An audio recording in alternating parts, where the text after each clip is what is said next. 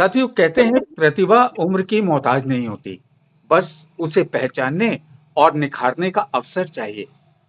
बरेली की धरती ने हमेशा कला और संस्कृति के क्षेत्र में अपनी एक अलग पहचान बनाई है।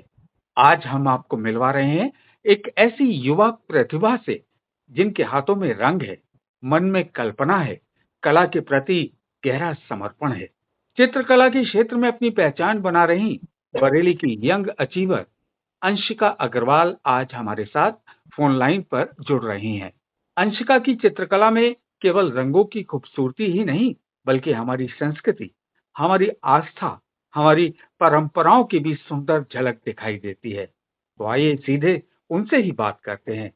उनके भीतर चित्रकला का ये सफर कब और कैसे शुरू हुआ, कौन उनकी प्रेरणा रहे और आने वाले समय में उनके क्या सपने हैं। साथियों, अंशिका अब फोन लाइन पर हमारे साथ आ गई हैं। अंशिका, कार्यक्रम यंग बरेली में आपका स्वागत, अभिनंदन। जी, बहुत बहुत धन्यवाद आपका। मैं एफएम रेडियो का बहुत ज्यादा आभार व्यक्त करना चाहती हूँ कि उन्होंने मुझे इस मंच में आने की अनुमति प्रदान की है। बहुत धन्यवाद। हाँ अंशिका, सबसे पहले हम जानना चाहेंगे कि आपने अपनी कला के माध्यम से बहुत सारे पुरस्कार जीते हैं, जैसा कि हमने आपके पेपर कटिंग्स, फोटोग्राफ्स या अदर डॉक्यूमेंट में आपको देखा है।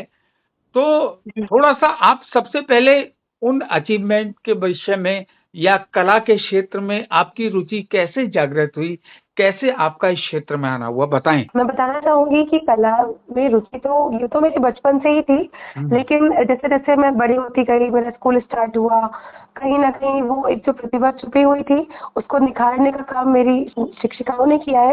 सबसे बड़ा हाथ पे मेरी जो मेन शिक्षिका है वो रश्मि मैम का है। तो एक पॉइंट था जब मैंने कला को त्याग दिया था, मतलब 9th क्लास में मैंने सोचा था कि अब मैं कला के विषय में आगे नहीं बढ़ करके अपने करियर में और बाकी के ऑप्शंस पे ज्यादा फोकस करूंगी।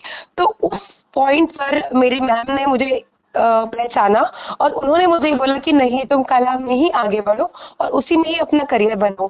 जैसे कि आज के टाइम में बहुत सारे बच्चे ये सोचते हैं कि कला में करियर नहीं है और कला बस एक हॉबी है।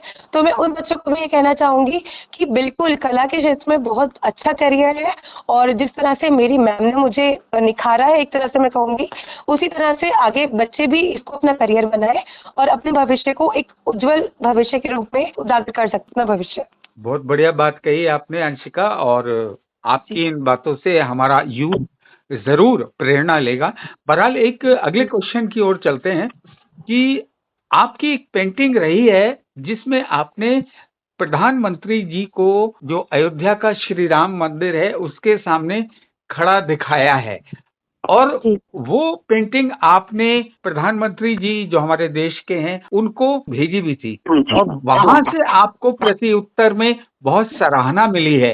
तो उस सराहना से अभिभूत होकर आपने क्या महसूस किया, क्या फीलिंग रही उस समय जब प्रधानमंत्री जी के ऑफिस से आपके पास प्रशंसा पत्र आपके पास आया? वो पल मेरे जीवन का सबसे अविस्मरणीय पल था। एक कलाकार के लिए इससे बड़ी कोई उपलब्धि नहीं हो सकती कि देश के प्रधानमंत्री जी उनकी कला को सराहें। तो बोलूं तो पहले तो मुझे विश्वास ही नहीं हुआ था। आंखों में खुशी की एक तरफ आंसू थे। लगा था जैसे मेरे सपनों की मेहनत, मेरे रात रात भर जो भी मैंने जाग करके वो पेंटिंग बनाई थी, वो सीधे सफल हो गई हो। उस एक सराहना ने मुझे 100 गुना ज्यादा मेहनत करने की और हिम्मत भी दी थी। और वो पेंटिंग मैं आपको ये बताना चाहूंगी कि जब श्री राम जन्मभूमि पूजन प्रारंभ हुआ था, तो वो डेट थी 5 अगस्त 2020। तो उस पल को अपने दिमाग में मैंने ऐसा कोई एक पल सोचा, एक भूमि पूजन हुआ है और जब ये मंदिर बनेगा तो इसका क्या स्वरूप रहेगा, किस तरह से सब लोग पूजा करेंगे।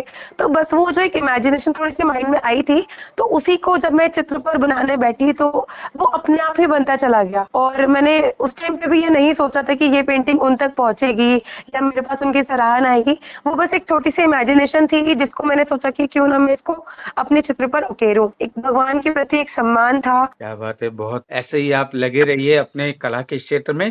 अच्छा अंशिका, आपकी जो कला में धार्मिक विषयों के साथ साथ क्या और भी किसी विषय को लेकर आप चित्रकारी करती हैं? मेरा मानना है कि कला को एक बॉक्स में बंद नहीं करना चाहिए। धर्म हमें जड़ों से तो जोड़ता है। कला के और भी बहुत सारे स्वरूप हैं, जैसे कार्टूनिंग हो गया या कुछ भी ऐसा जो मैं आज के युवाओं से भी जोड़ने का कहीं ना कहीं काम करता है। मैं कोशिश करती हूँ कि परंपरा को नए अंदाज में पेश करूँ। जैसे कि श्री राम जी के चरित्र को पारंपरिक तो है, पर उसको बनाने का तरीका कुछ ऐसा हो जो आज के बच्चे भी उससे कहीं ना कहीं कनेक्ट कर पाए। मैं रोज कुछ ना कुछ नया सीखने को, नए रंग को नए तरीके से के साथ प्रयोग करने की कोशिश करती हूँ। क्या बात है। तो क्या कार्टून में भी आपने हाथ आजमाया है? हाँ जी, बिल्कुल। एक छोटा सा कॉर्नर होता है न्यूज़पेपर में, तो उसमें मेरे कुछ कार्टून पब्लिश्ड भी हुए हैं पिछले कुछ वर्षों में। तो कभी कभी मेरी कोशिश रहती है कि मैं कार्टून पे भी थोड़ा थोड़ा काम करूँ। अच्छा अंशिका, आज के यूथ में कला के प्रति रुचि कम हो रही है। मतलब हम चित्रकला में यूथ को बहुत कम देख पाते हैं, ऐसा क्यों है? नहीं सर, कहीं ना कहीं मुझे ऐसा लगता है कि बिल्कुल जाना तो चाहता है, बट आज का यूथ उसको करियर ऑप्शन कहीं ना कहीं स्किप कर जाता है। यूथ को लगता है कि art is just a hobby, उसमें कोई बेटर करियर नहीं है, या कहीं ना कहीं कुछ एक मिसगाइडेंस है, या उनको प्रॉपर गाइडेंस नहीं मिल पाता है, जिसकी वजह से थोड़ा सा उनकी करियर को लेकर के थोड़ी सी रुचि में कह सकती हूँ कि अगर आप एक छोटे से बच्चे का भी देखेंगे ना, तो बहुत ज्यादा रुचिकर होते हैं बच्चे कला के लिए। मैं खुद एक कला की शिक्षिका हूँ और मैं क्लास फर्स्ट से लेकर के बड़े बच्चों तक कला सिखाती भी हूँ उनको। तो जैसे ही मैं क्लास में एंटर होती हूँ, तो उन बच्चों के चेहरे की जो खुशी होती है ना, एक आर्ट टीचर को देखनी है, कला के प्रति उनको ये लगता है कि ठीक है, अब सारे सब्जेक्ट साइड में, अब हमें ड्राइंग करनी है। तो ड्राइंग के नाम से ही जो एक अलग सी चमक उनके चेहरे पर आती है। तो मुझे नहीं लगता कि वो रुचि कहीं ना कहीं कम है। कमी है तो एक गाइडेंस की, एक प्रॉपर निर्देशन की, जो एक उनको करियर में आगे बढ़ाने की। तो उसमें हम थोड़ा सा कार्य करके बच्चों को सही गाइडेंस दे सकते हैं आने वाले टाइम में। ठीक है, बहुत बढ़िया बात आपने कही कि कला के क्षेत्र में बच्चों की रुचि आज भी कायम है। वो कला के क्षेत्र में, चित्रकला के क्षेत्र में सीखना चाहते हैं। आपने अब तक कई उपलब्धियां हासिल की हैं, जैसा कि हमें जानकारी मिली है। आने वाले समय में आपका सबसे बड़ा सपना क्या है? और एम भी निर्धारित किया होगा, लक्ष्य भी निर्धारित किया होगा, तो कृपया इस विषय पर भी आप जरूर बताएं हमारे युवाओं को। जी, अब तक जो भी कुछ मैंने अभी तक अचीवमेंट्स किए हैं, वो डेफिनेटली मेरे माता पिता और गुरु जी का आशीर्वाद है। लेकिन मेरा सबसे बड़ा सपना है कि मैं बरेली का नाम, भारत का नाम कला की दुनिया में और ऊपर ले जा सकूं। मेरा लक्ष्य है कि मैं एक ऐसी कला अकेडमी बनाऊं जहां गांव-गांव के बच्चे हों जो पैसों की कमी की वजह से कला नहीं सीख पाते, वो आकर के फ्री में कला सीखें। मैं चाहती हूँ कि कला हर बच्चे तक पहुँचे, और कहीं ना कहीं जो उनके अंदर छुपी हुई जो प्रतिभा है, वो पूरे देश में सभी लोगों के समक्ष उपस्थित हो। ठीक है अंशिका, बहुत अच्छी बातचीत आपसे हुई है आज हमारे 100.4 FM पर। प्रोग्राम यंग बरेली है। साथियों, अंशिका से जो बातचीत हुई वो वाकई प्रेरणादायी रही। उनकी बातों में कला के प्रति जुनून, अपनी संस्कृति के प्रति सम्मान और भविष्य को लेकर एक खूबसूरत सोच साफ दिखाई दी। कहते हैं ना, कूची में हुनर हो, सोच में उड़ान हो, सपनों को पूरा करने का जज्बा हो, तो उम्र कभी रास्ते की रुकावट नहीं बनती। अंशिका अग्रवाल जैसी युवा प्रतिभाएं बरेली की पहचान को नई ऊंचाई देती हैं और देती रहेंगी।